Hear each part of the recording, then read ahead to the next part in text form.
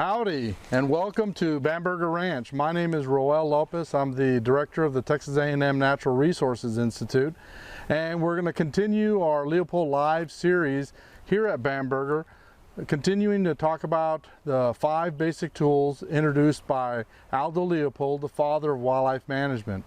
These 5 tools include cow, axe, plow, fire, and gun. And what we hope to do in the upcoming months is show you how those tools can be applied, but with very specific projects and objectives.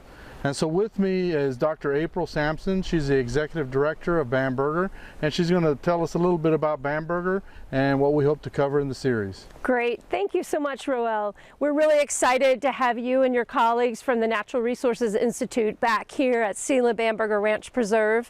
And we're excited about continuing our journey into Leopold Live version 2.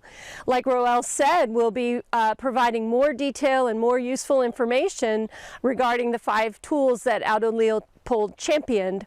Here at Selah Bamberger Ranch Preserve, we're a 501c3 nonprofit organization, and our mission is landowner stewardship, outreach, and environmental education. So we have many Central Texas school children that come visit us every year for hands-on science-based environmental education lessons, and we also lead showcase tours and workshops for landowners interested in practicing restoration and good land stewardship.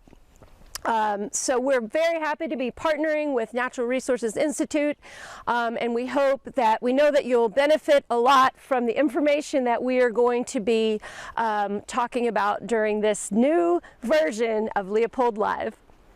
So let's go ahead and get started. Great.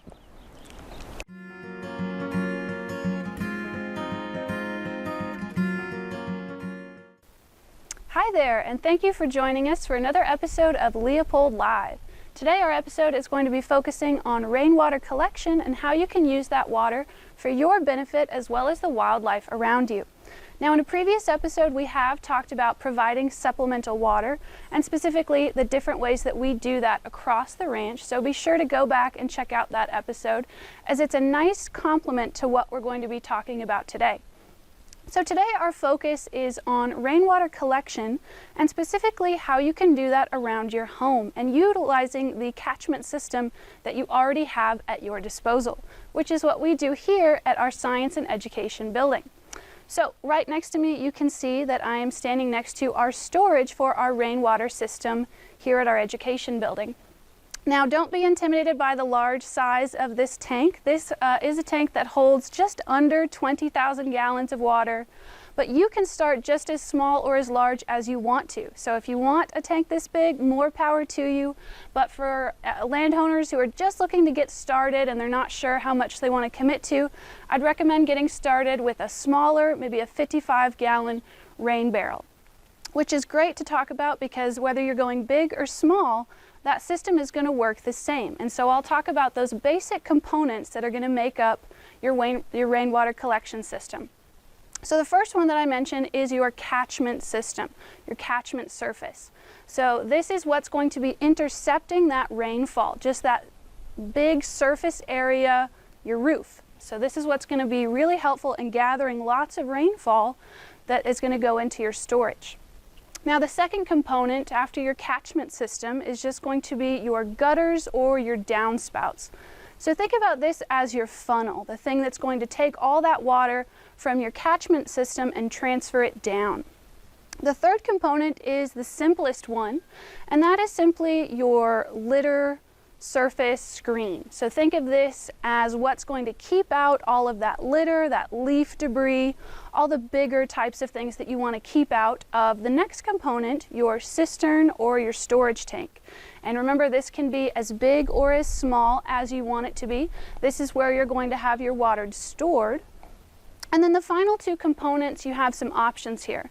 So for your 5th component, this is going to be your delivery system, how you're going to get your water from your supply point to your demand point. And you have some options here. So the simplest way to get your water where you want it is just to let gravity take its course. And that's the easiest way because it really doesn't require a lot of work on your part. All it requires is having your supply point be at a higher elevation than your demand point. And then it's very easy to just allow that water to flow down to wherever you would like to supply that supplemental water. So that's one of your options for your delivery system. And your other option, especially if you want this to be potable water, is to use a pump, which is, luckily I can talk about both of these because we do both right here. So right here I allow gravity to take its course whenever I'm supplying water to my wildlife downstream. And then to supply water to our education building, we do use a pump.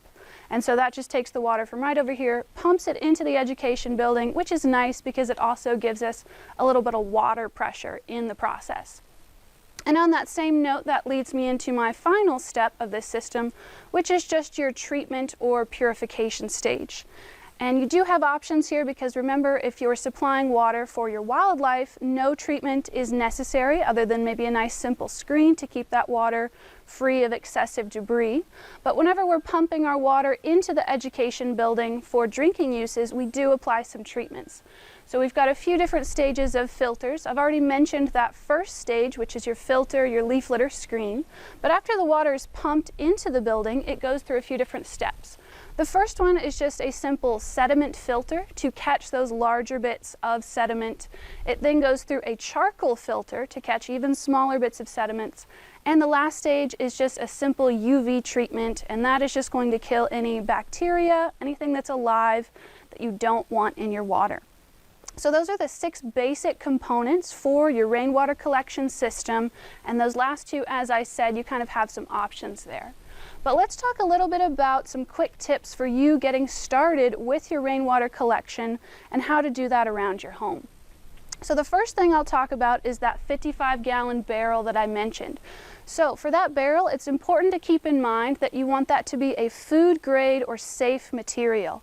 We are all about reduce, reuse, recycle. So if you find an old barrel that's been used for something before and you want to now use it as your rainwater collection storage, that's fantastic, but just make sure that the previous history of that container wasn't for something like petroleum. So just make sure that that is safe and ready to go and is going to be a healthy way to store your water.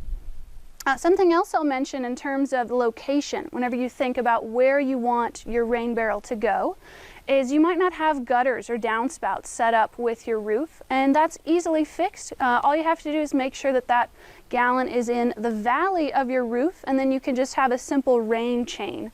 They even look pretty decorative, so it's kind of a nice complement to get that water from your catchment system into your storage.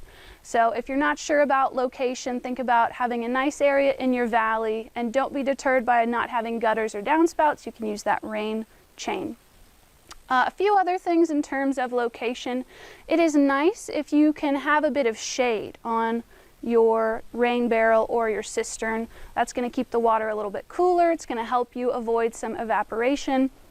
So if you can have an area with shade, then that's something good to keep in mind.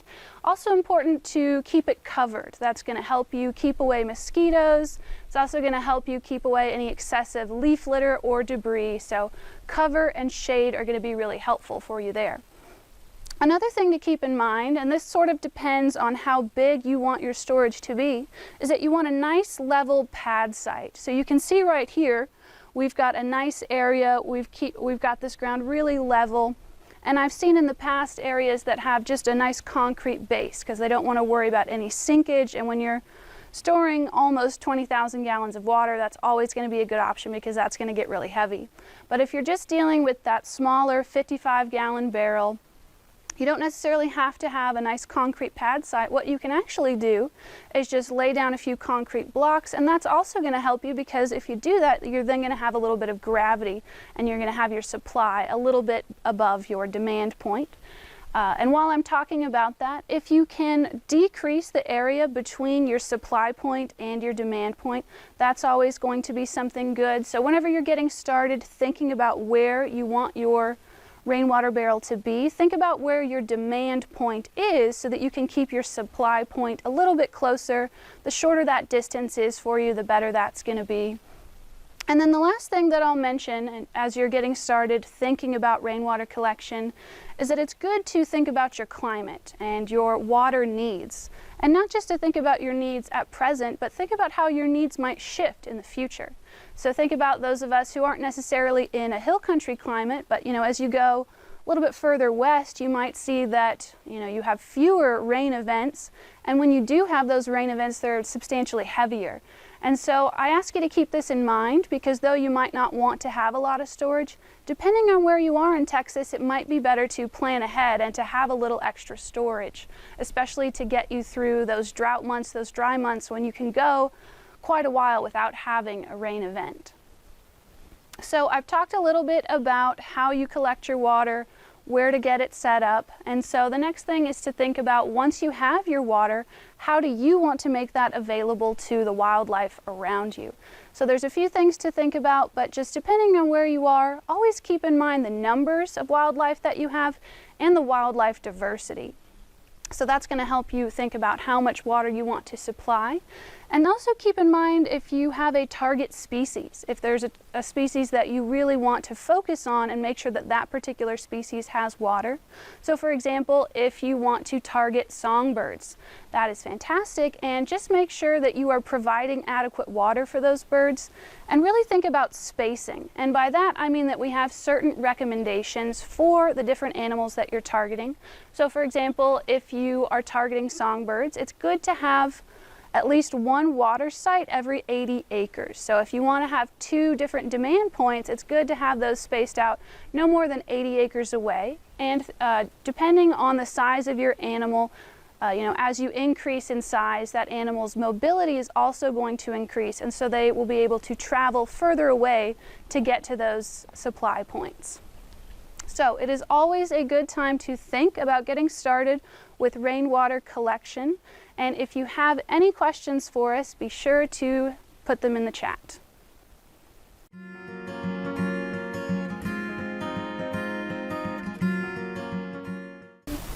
So Christina, how can I keep mosquitoes out of my rain barrel or other small water sources?